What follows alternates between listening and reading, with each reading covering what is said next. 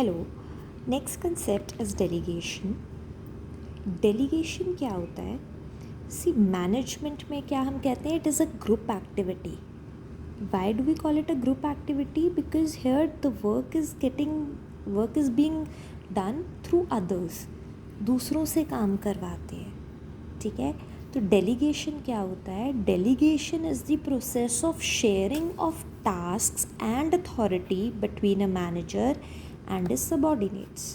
सो delegation क्या होता है कि मैनेजर को जब लगता है कि मेरे पास बहुत सारी रिस्पॉन्सिबिलिटीज़ हैं एंड मैं इफ़ेक्टिवली एंड एफिशिएंटली काम नहीं कर पा रहा हूँ, तो वो अपना कुछ रूटीन वर्क अपने सबॉर्डिनेट को हैंड ओवर कर सकता है along with the authority to take decisions. So delegation is sharing or giving your day-to-day work to your subordinate. ठीक है. तो आप अपना वर्क जो है सबॉर्डिनेट्स के थ्रू करवाते हो एंड उनको डिसीजन मेकिंग अथॉरिटी भी देते हो कि खुद डिसीजन लो और खुद काम करो. सो इससे फ़ायदा क्या होगा कि जो मैनेजर है वो इम्पॉर्टेंट इश्यूज़ पे फोकस कर सकता है एंड और अच्छे डिसीजंस ले सकता है. ठीक है. Now there are 3 elements in delegation. What are these 3 elements? Authority, responsibility and accountability. Authority होती है right to command the subordinates. It is the power. Authority means it is the power to take decisions.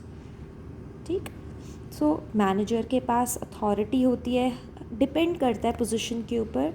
Manager को कुछ authority दी जाएगी, senior manager को उससे ज़्यादा authority होगी. Right. तो they have the right, they have the power to take their decisions, to command the subordinates.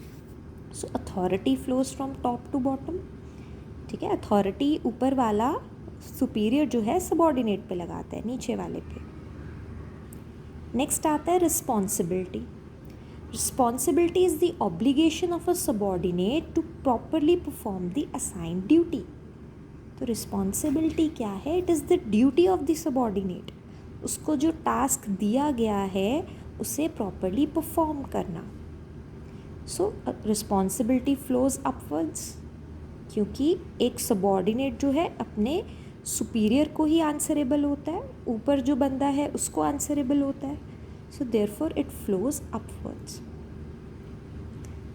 Then आता है accountability, which is being answerable for the final outcome of the assigned task. Accountability means answerability. So again you are answerable to your superior. ठीक है. एक subordinate अपने boss को, superior को ही answerable होगा. तो अकाउंटेबिलिटी ऑल्सो फ्लोज अपवर्ड्स. ठीक. So authority can be delegated. आप अपनी पावर जो है to take decisions you can delegated, नीचे सबॉर्डिनेट को दे सकते हो. आप अपनी रिस्पॉन्सिबिलिटी भी डेलीगेट कर सकते हो, अपनी ड्यूटीज़ आगे हैंड ओवर कर सकते हो. बट अकाउंटेबिलिटी तो आप ही की रहेगी. एज अ स्टूडेंट मान लो आपको CBSE का प्रोजेक्ट बनाना है. राइट. अब आप वो प्रोजेक्ट खुद बनाओ या फिर आप मार्केट से किसी से बनवा लो या किसी फ्रेंड से बनवा लो. तो आपने क्या किया? आपने अपना काम डेलीगेट कर दिया. आपने या तो अपने पेरेंट्स को, फ्रेंड्स को या मार्केट में हैंड ओवर कर दिया. बट एट द एंड जब CBSE एग्जामिनर आएगा तो you will be answerable for the task. You can't say कि मैंने तो बाहर से बनवाया था सर, इसीलिए गलती हो गई. राइट. सो इसीलिए अथॉरिटी और रिस्पॉन्सिबिलिटी तो डेलीगेट हो सकती है बट अकाउंटेबिलिटी डेलीगेट नहीं होती. ठीक है. Now let's look at the importance of delegation. Delegation का क्या फ़ायदा है? Why is it important? First of all, effective management. So like I said कि managers get enough time or they get free time to focus on other important issues. With the help of delegation, routine work is handed over to the subordinates and the manager can focus on important issues which are crucial for the organization. Then आ गया employee development. Employee की development होती है जब manager उसे कोई task hand over कर रहा है तो सबॉर्डिनेट क्या कर रहा है, उसे एक्सपीरियंस मिल रहा है, वो एक नए टास्क को हैंडल कर रहा है, एक्सपीरियंस गेन कर रहा है, and that leads to the development of employee, right. तो जब लेटर ऑन उसे प्रमोट किया जाएगा तो वो पहले से ही प्रिपेयर्ड होगा to handle such tasks. Okay, next आ गया motivation of employees. Now when a superior when a superior gives his work to its subordinates, right, जब भी सुपीरियर अपना वर्क अपने सबॉर्डिनेट को देता है तो एम्प्लॉई को लगता है कि ये मुझ पे ट्रस्ट करते हैं, ऑर्गेनाइजेशन मुझ पे ट्रस्ट करती है, मैनेजर मुझ पे ट्रस्ट करता है, तो उससे एक मोटिवेशन मिलती है कि I will give my best to this work, मैं अच्छे से काम करूँगा एंड मैं प्रूव कर दूँगा कि I am the right candidate, right. तो एम्प्लॉई को लगता है कि ऑर्गेनाइजेशन मुझ पे ट्रस्ट करती है कि मैं अपर लेवल का वर्क हैंडल कर सकता हूँ, and that gives motivation to them to work harder.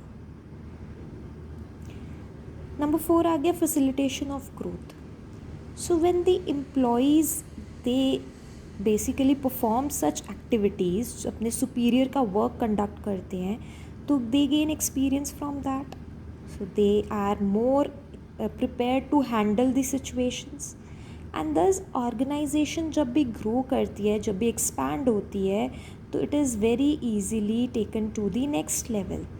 मतलब expansion में कोई problem नहीं आती because employees are fully prepared to handle every type of situation।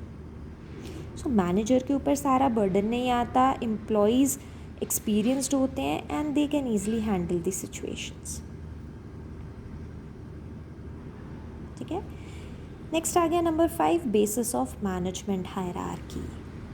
Delegation is basically the base of hierarchy. ये जो हायरार्की बनती है, top manager, middle level manager, lower level and subordinates, आगे वर्कर्स, तो ये हायरार्की का मतलब क्या है कि वही होता है, टॉप लेवल मैनेजर मिडिल वालों से काम कराते हैं, मिडिल वाले लोअर से काम करवाते हैं, एंड लोअर लेवल वाले आगे वर्कर्स से काम करवाते हैं।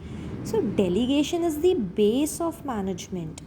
मैनेजमेंट की डेफिनेशन क्या है, getting things done through others, दूसरों से काम करवाना, that is delegation.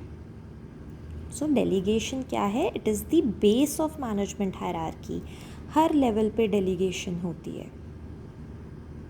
And last आ गया better coordination. With the help of delegation, it becomes easy to coordinate the activities of the organization. So manager can easily see कि कौन किसको कितना task दिया गया है and वो टास्क कंप्लीट हुआ कि नहीं हुआ। Alright, so delegation basically it leads to effective management, leads to employee development, gives motivation to employees, it becomes easy to expand the business. It is the base of management hierarchy and leads to better coordination. Okay.